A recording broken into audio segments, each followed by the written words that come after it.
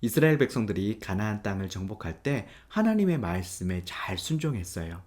그랬더니 하나님께서 이스라엘 백성들을 도와주셨고 이스라엘 백성들을 대신해서 싸워주셨어요. 그래서 이스라엘 백성들은 가나안 땅을 잘 차지할 수가 있게 되었습니다. 그리고 나서 여호수아가 나이가 많이 들어서 여호수아가 죽고 나서 시간이 조금 흘렀어요.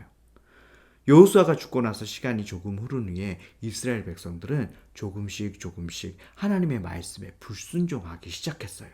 그리고 가나안 땅에 있는 이방 신들, 우상들을 섬기기 시작했죠. 이스라엘 백성들은 광야에 살고 있을 때 농사를 짓지 않았어요. 하늘에서 하나님께서 만나를 내려주셔서 매일마다 그 만나를 먹고 그렇게 살았거든요. 그런데 가나안 땅에 살게 되면서 이제 농사를 짓게 됐어요. 농사 어떻게 짓지? 그 전에 이 땅에 살았던 가나안 땅 사람들에게 물어봐야 되겠다. 야, 농사 어떻게 지어? 어떻게 하면 농사가 잘 돼? 아, 그거 말이지. 그건 비밀이야. 야, 그러지 말고 나한테만 좀 가르쳐줘. 아, 이거 비밀인데. 그러면 너만 딱 알고 있어. 바알신과 아세라신을 섬기는 거야. 뭐라고? 바알신과 아세라신을 섬기라고? 바알신과 아세라신이 바로 풍요의 신이거든.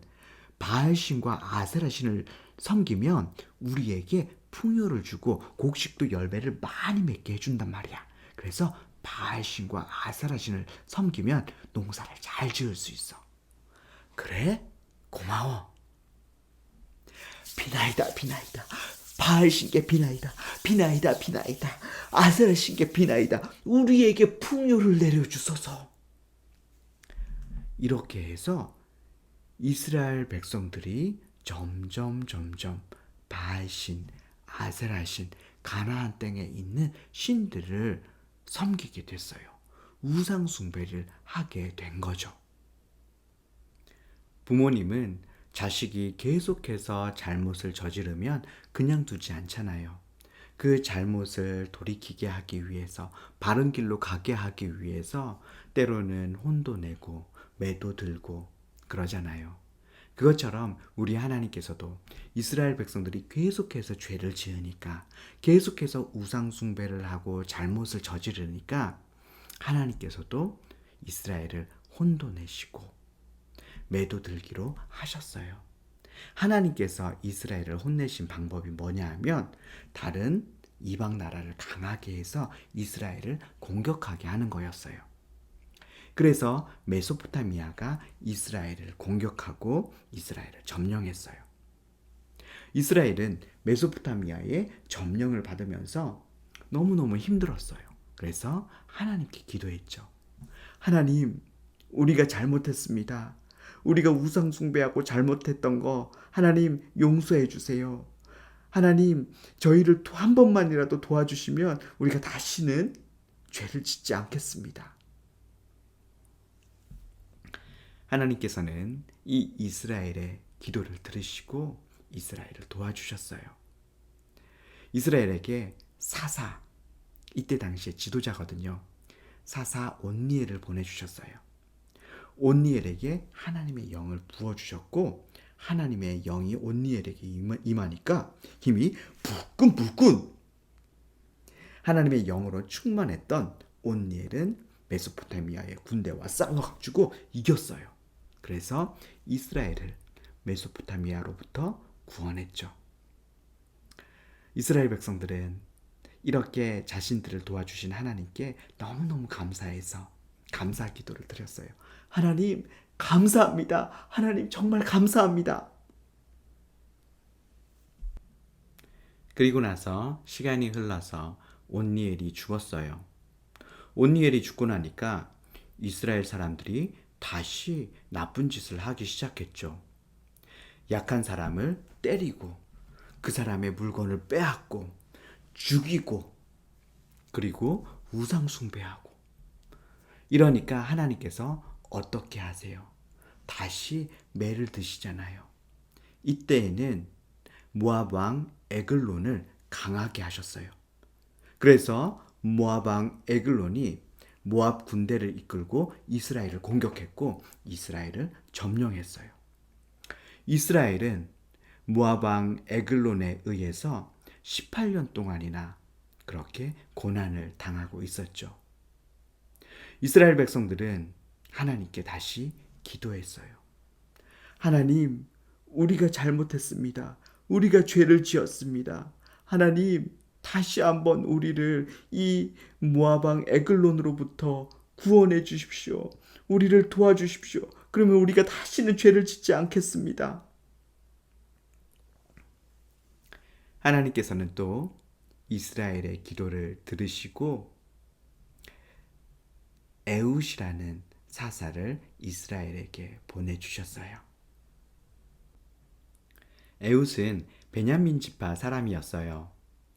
베냐민이라는 말은 벤이라는 단어와 야민이라는 단어가 합쳐진 단어예요. 히브리어에서 벤이라는 뜻은 아들이라는 뜻이고요. 야민이라는 뜻은 오른쪽, 오른손이라는 그런 뜻이에요. 베냐민 지파, 오른손 아들의 지파가 되는 거거든요. 그런데 에웃을 보니까 왼손잡이라고 되어 있어요. 그냥 오른손도 잘 쓸 수 있는데 왼손잡이가 아니라 오른손을 못 써서 오른손에 장애가 있어서 왼손잡이가 된 거예요. 생각해 보세요. 오른손 아들의 지파에서 오른손에 장애가 있는 거예요. 그렇다면 에웃은 자라면서 얼마나 놀림을 받았을까요? 야, 너는 어떻게 오른손 아들의 지파에서 오른손을 못 쓰냐? 정말.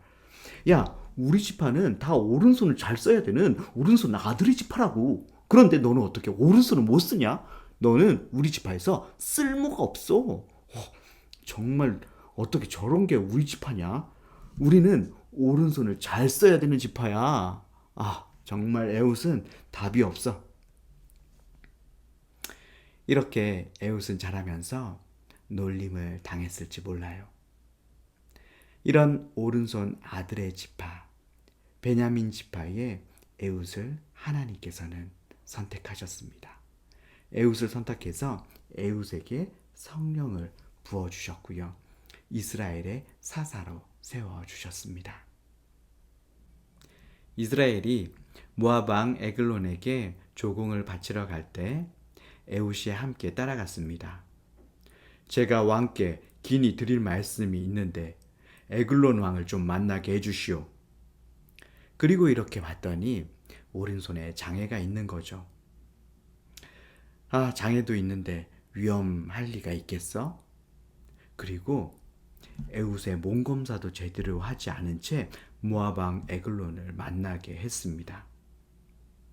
왕이시여, 왕께 긴히 드릴 말씀이 있습니다. 그런데 비밀 이야기이기 때문에 제가 왕께 좀 더 가까이 가서 이 비밀 얘기를 왕께 드려도 되겠습니까? 그래, 가까이 오거라. 에웃은 왕께 가까이 갔어요. 그리고 허벅지에 몰래 숨겨 들어온 칼을 빼서 모압 왕 에글론을 찔렀죠.